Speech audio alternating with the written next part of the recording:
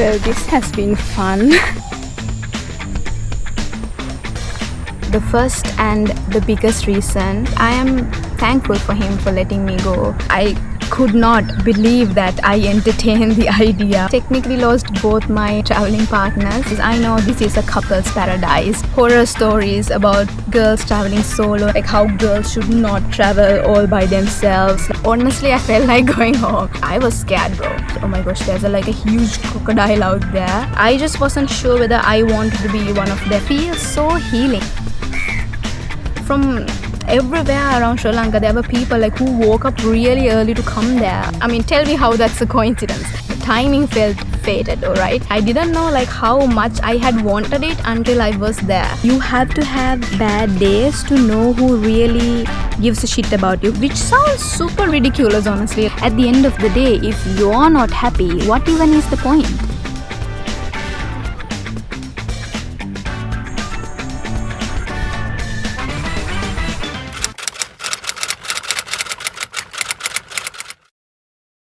Hi guys, I know it's been so long since I last uploaded. My last long form video was in June, and that was also a video that I shot in December last year.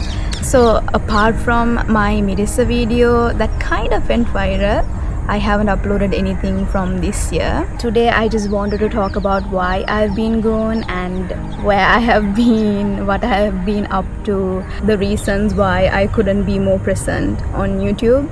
This is not any sort of an attempt to get sympathy or attention or pity or whatsoever.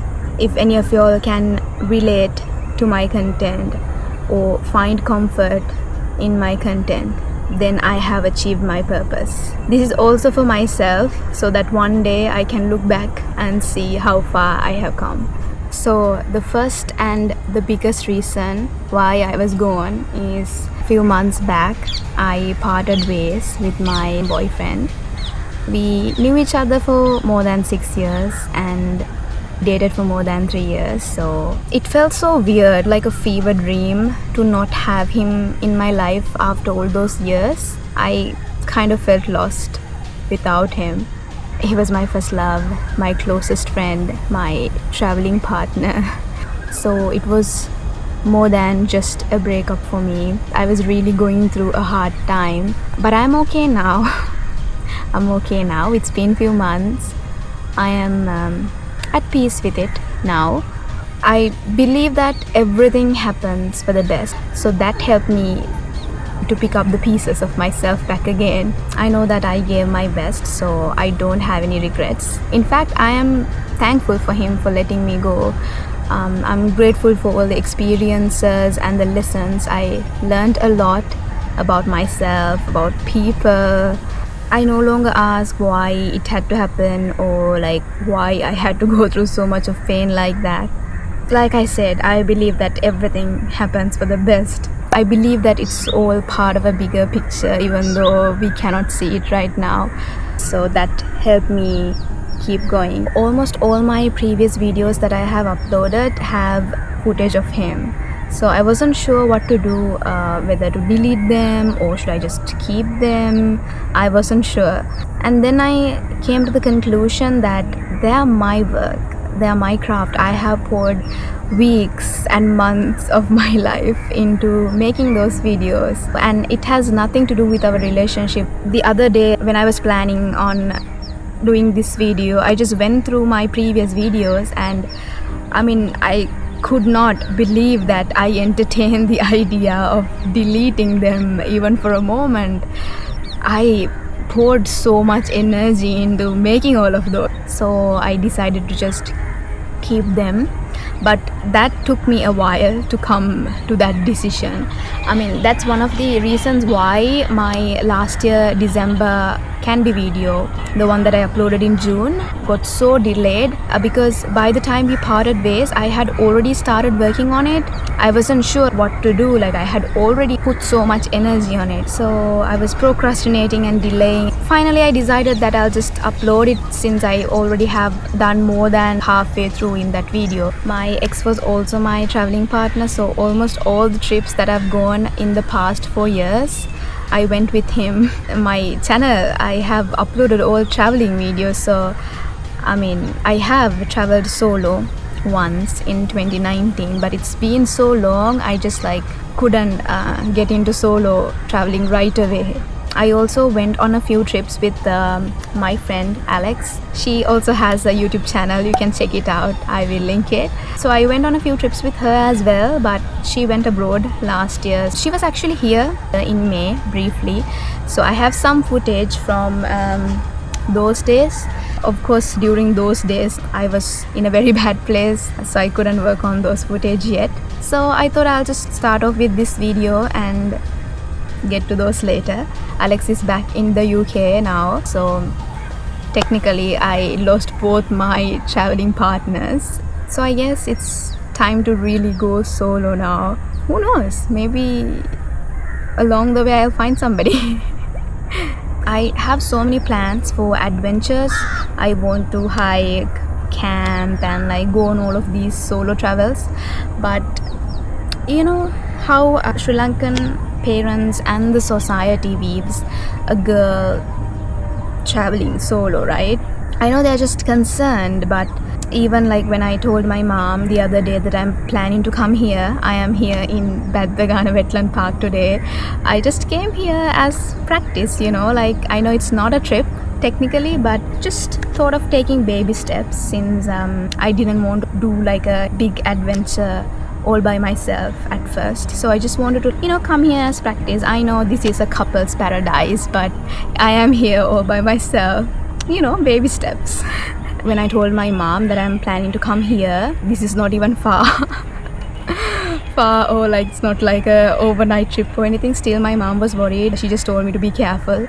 I know that parents are just worried about us and the society. Oh my gosh, I remember last year when I went on a trip with Alex to Trinco. It was just a girls trip, just me and her. We went sea kayaking for the first time, okay, and then we had a guide for each of us, and my guide, he was just few years older than me, okay, not even an old man. He was so surprised to hear that me and my friend was there all by ourselves. He was so surprised to hear that we were there without family. His advice to me was not to tell anybody that we are all alone by ourselves and not to go anywhere after 6 p.m. once it's dark. That was his advice. Like, I know maybe he was genuinely just looking out for us, but it was so surprising to hear considering how many foreign girls were there during that time, like all by themselves. When I mentioned that to the guide, what he told me was, it's different, foreigners are safe, which was so disturbing to hear. Sri Lanka is such a beautiful country. It's a paradise that thrives on tourism. So why can't we as locals get to experience that paradise? That feels extremely unfair, isn't it?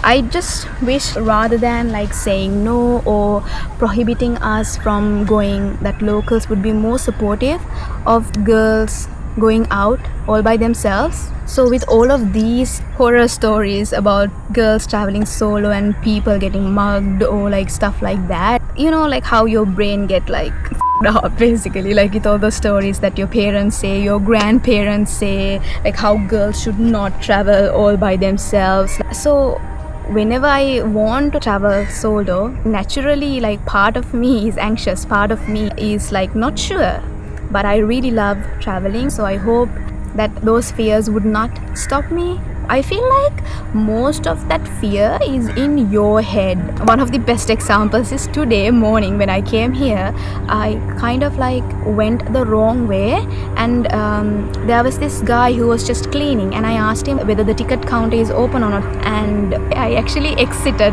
the park accidentally. And when I went, I saw this person on the bike, like, you know, looking at me and like just passing by, okay? And then when I was walking, I heard the man who was cleaning here talking to him and saying, oh, that girl was like all alone, she came from the inside, she's all alone by herself. I was like, bro, what the is gonna happen? Like, should I just go home? Like, honestly, I felt like going home. I thought, oh my gosh, some bugger is going to like come behind me, or like, I don't know, like, I was scared, bro. okay. And I felt like going home, but I was like, you know what, we just came here, like we woke up like really early in the morning. I woke up at 4:30, okay. So let's just give it a try again. So I went all the way back to the entrance and like walked all the way back up to the middle of the park where the ticket counter was, and I realized the man who was on the bike was the guy on the ticket counter, you guys. He asked me, oh, you came and like went back, right? What happened? And I was telling him like how I just lost the way and accidentally like exited. He was still surprised to know that I was here all by myself.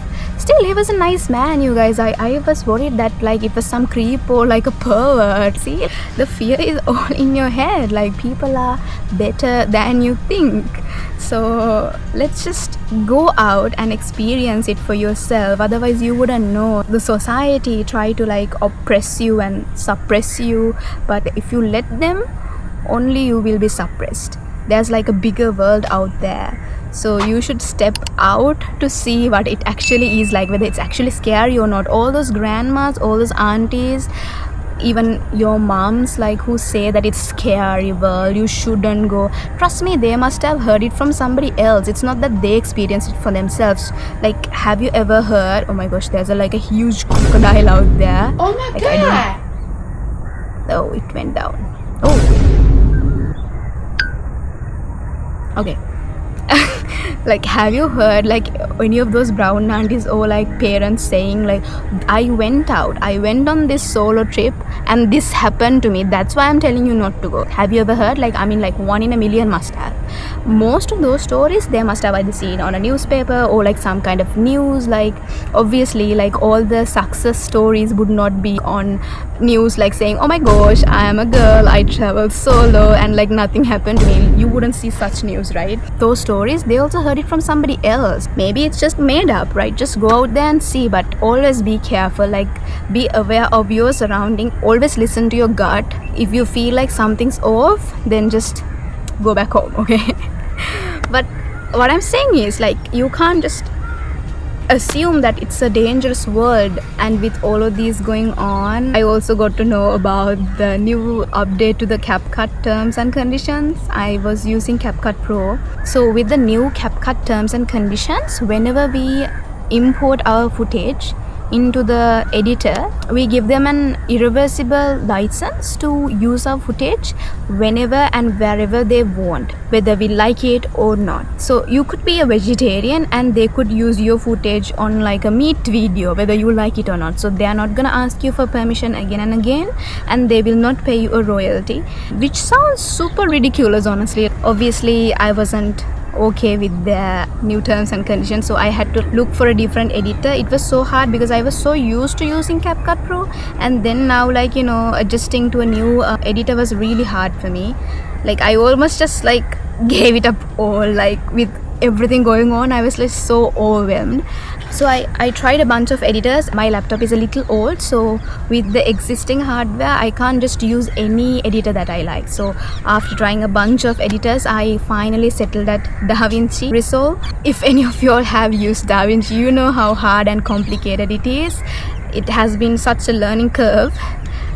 So I'm still learning, still exploring. It's nothing like CapCut Pro. Every little thing you need a tutorial, like, to understand how things work. You can't just figure it out by yourself like in CapCut. But once you learn it, once you master it, it's totally worth it though. I know like all the giants like Sam Cole in the field use DaVinci Resolve, so maybe it's a good thing I am kind of forced to learn it now. But it sucked that I couldn't use CapCut anymore. That made me go into a slump actually. I started this channel in 2021 because of my love for video editing. I started with fan edits. I've talked about this before. Most of them got copyrighted. Obviously it's not my footage, so most of them were taken down, so I just deleted all of them and I didn't do it for a while. But last year I started again posting traveling videos. I love traveling. Traveling is one of my biggest passions. So I just thought like, okay, I love traveling and I love video editing, so maybe it totally makes perfect sense that I upload traveling videos. But this year I've been questioning is this what I really want to do I really want to make tour guide kind of videos, like where to go, where to eat from, where to look at, where to explore, like is that what really makes me happy? There are so many people who does that. I just wasn't sure whether I wanted to be one of them as well. A few months back I found this channel, I found this YouTuber called Natalie Lynn. I don't know whether you've heard of her. She does van life videos with a touch of life, like so she travels around each and every state of the United States and she shows you the nature and the states that she travels into, along with the lessons that she learned doing van life and the philosophy of life. That resonated with me more. I'm not saying I want to do van life, I just like how she adds a touch of life while showing places and the nature. So I guess I like that style better than just doing tour guide kind of videos, showing life through my traveling lenses. When I travel, I just feel so liberated. I feel like I connect with life better whenever I travel. It just feels so healing in itself. And there's so much I want to say, so I wasn't sure about this category change since I started off with travel category. I know I am still a small channel, so I am at an advantage in changing categories like this. I might change my mind again. As of now, I plan to make feel good videos. Natalie Lynn's, she has this entire series called Borderless. Like, I don't know, whenever I watch that, it just, my soul is healing. It's like medicine to my soul whenever I watch her videos. So I want people who watch my videos to feel that. So yeah, I plan to make such content, and that took me so much time to like figure that out, which contributed a lot to my absence on YouTube. I also had a few career changes. I studied psychology, planning to become a clinical psychologist, but halfway through I realized that I wasn't going to be fully happy being a psychologist.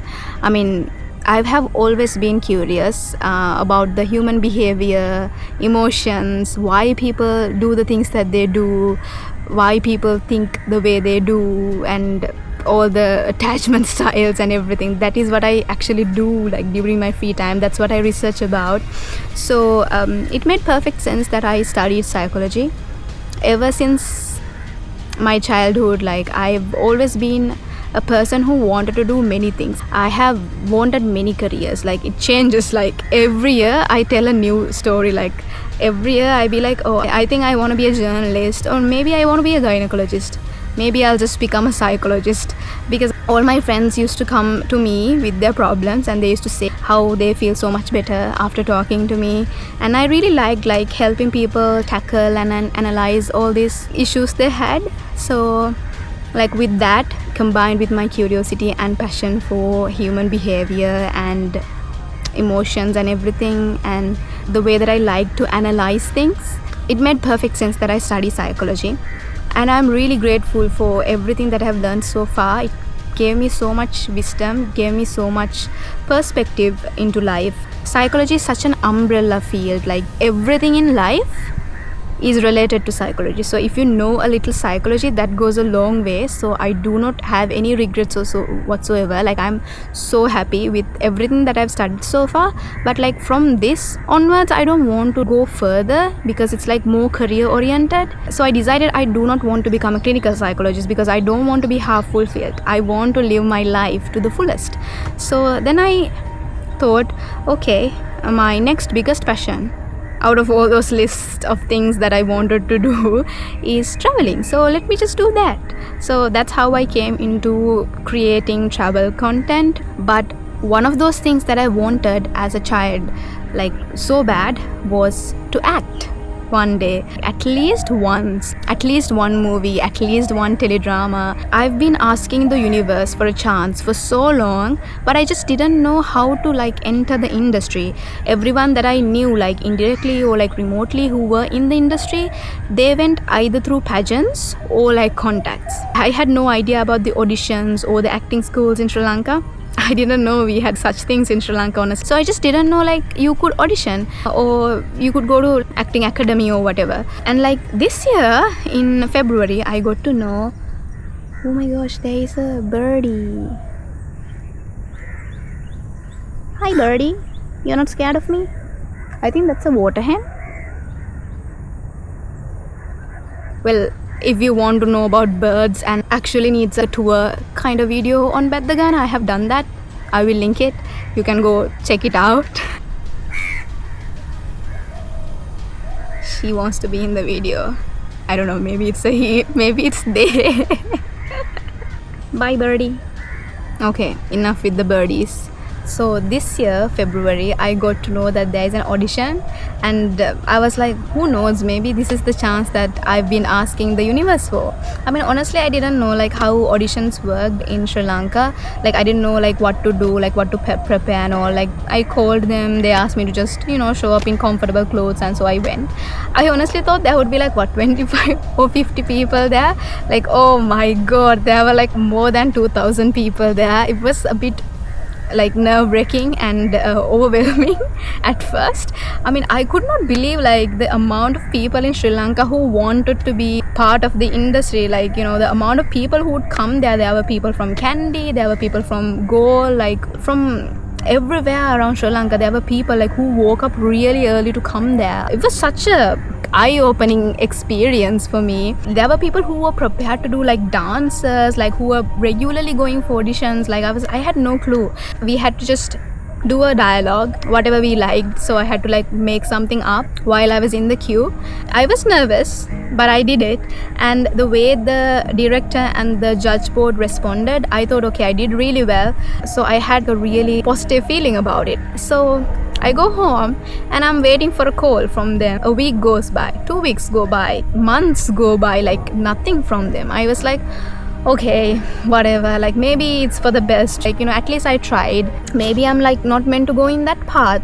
And those days I was doing a teaching job according to the UK schedule from home. So it was kind of hard for me to take leaves also. So I thought, okay, maybe it's for the best. It's better than like, not going at all, right? So yeah, I just thought like maybe it's for the best. And then, so I work according to the UK schedule, right? Like in the job that I was doing. And every year on July, we get like a 2.5 month unpaid summer vacation. And this year, July, when we were getting the summer break, they told us that we are being laid off because they're completely going AI now. Like they're converting the teaching into artificial intelligence. So they no longer require teachers. I mean, more than passion, like it was just temporary to make money. So I was not like super disappointed or anything. It's just like I became unemployed. And the same week I get to know the audition that I did like 5 months back in February. That same weekend in July, I get to know that I've gotten selected. Like, what? I mean, tell me how that's a coincidence. The timing felt fated, alright? Yeah, I was so happy. And thrilled. It felt like it was meant to be. It's as if they waited until I get the summer vacation. I know, like I'm just being the Lulu, like, the main character syndrome or whatever. But like, the timing felt so fated, you guys. It felt so nice to be on the set. Like, I'm not doing much yet. Like, we only had like 3 days of shooting still. It felt so nice to be on the set. I didn't know like how much I had wanted it until I was there. So currently, apart from content creation, I am pursuing acting as well. I tried a couple of other auditions as well. Let's see how it goes, fingers crossed. So that career change has also like contributed for me to get derailed a bit from the YouTubing path for a while. I know this whole thing might have sounded like a list of excuses, but these are the reasons why I couldn't be more consistent with YouTubing. It has been very tough and it has been one hell of a journey, and I've learned so much, and my life has also changed in many ways. The way I think, the way I see the world. I've made some conscious changes into my life as well. I've started eating healthy. I've started working out, not regularly. Well, I have started, and I go on walks now. It really helps with processing everything. For the past few months, I really went inward and processed my feelings. Basically, I gave therapy to myself, you guys, because I can't afford therapy. I'm just kidding. Actually, my knowledge in psychology helped me a lot in understanding my feelings, emotions, and the things that I was going through. I guess my educational background came in handy after all. So I was able to heal myself all by myself a lot. There were days that I slept the entire day, and there were days that I did not sleep at all. It has been one hell of a journey, processing all my emotions and understanding and feeling lost and stuck and being in a slump and having all of these major changes happening in my life all at once. I really went inward and let it all flow without forcing anything to shut down or bottle it all up. I mean, it was a very tough journey, but I'm really proud of where I am right now. So if you are going through something similar, just know that it gets better. Just because I am in a better place now doesn't mean I'm completely fine. There are still bad days and good days. It comes and goes in waves. So it was really important for me to understand that healing is non-linear. You could think, okay, I am over it, I am completely fine now, and then like the next day you could have a bad day. So it's okay, just embrace all of it, embrace the change. You can't just expect to give yourself a time frame and expect yourself to be okay. You can't really tell a time frame with breakups. It takes time, everyone takes time differently, but you have to be willing to heal as well. You have to be willing to let go. If you're still holding on, you can't move forward, can you? So the first step in healing is willing to move forward and accepting the things as it is. I believe that's when the healing really starts. It has been a very eye-opening time for me. I also learned a lot about who my true friends were. When you're having good days, there will be so many people around you. There will be so many people cheer on you, be a part of your happiness and whatsoever. But you have to have bad days to know who really gives a shit about you, who really sticks around. I've learned a lot about people, about friends who I thought would be constants in my life.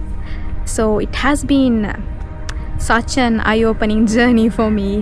One of the main things that I took out of this journey of finding myself back is that nothing is constant in this world. Just like how they say, the only constant thing in this life is the inconsistency itself.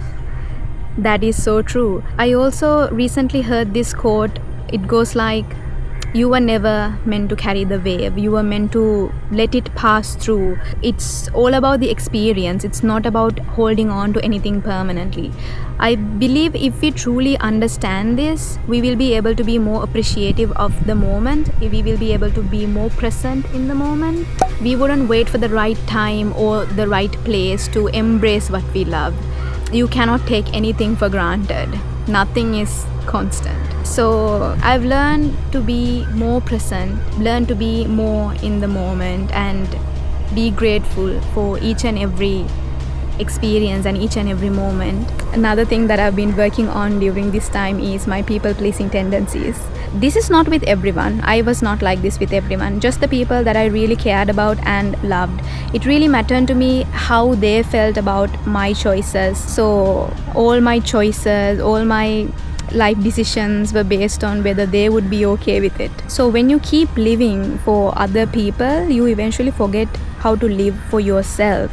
But now I understand that the only person you should please is yourself. So I am only living for myself now. Because at the end of the day, if you're not happy, what even is the point? I've realized that people who truly love us, people who truly care about us, wouldn't ask us to change who we are. Because if those people truly love us and truly want the best for us, they would encourage us to go find ourselves. They wouldn't want us to be puppets who please them. They wouldn't try to control us. So the next time somebody makes you feel bad about choosing what you love, or make you over-explain why you do the things that you love, or ask you to give up who you are, just know that it's not coming from a place of true love. Because true love doesn't ask you to sacrifice yourself. And I'm not just talking about romantic love. It applies to family, friends, relatives, everybody that you care about.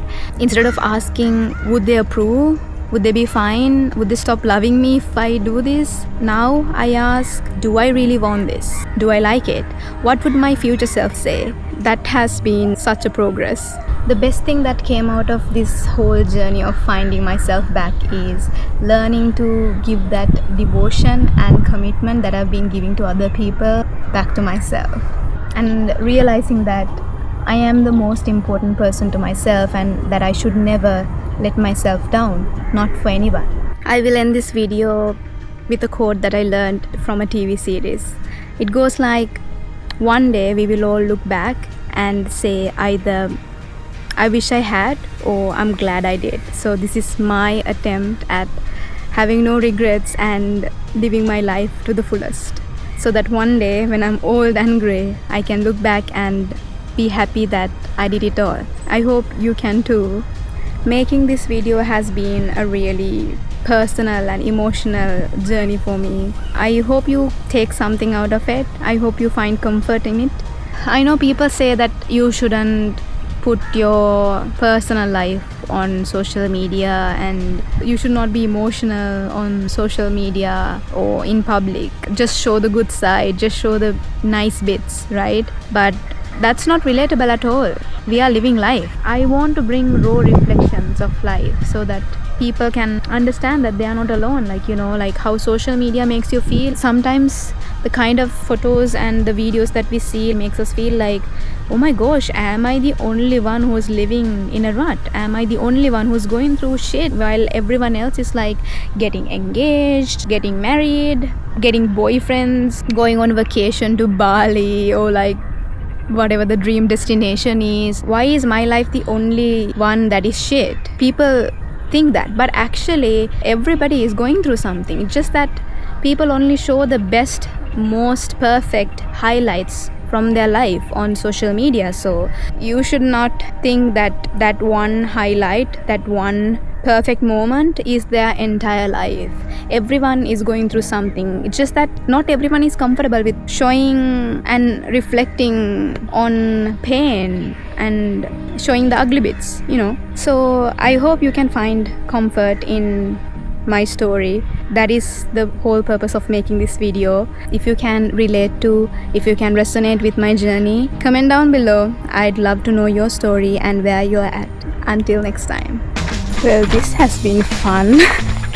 There was this wildlife photographer uncle here. I think he was just worried. Maybe I look depressed. I don't know. He asked me whether everything's okay with me.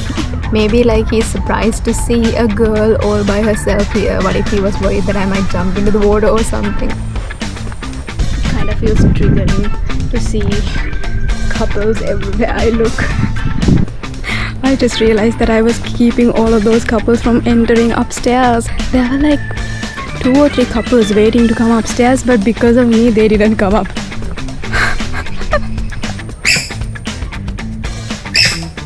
Okay, I'm going. Stop shouting. I'm going away.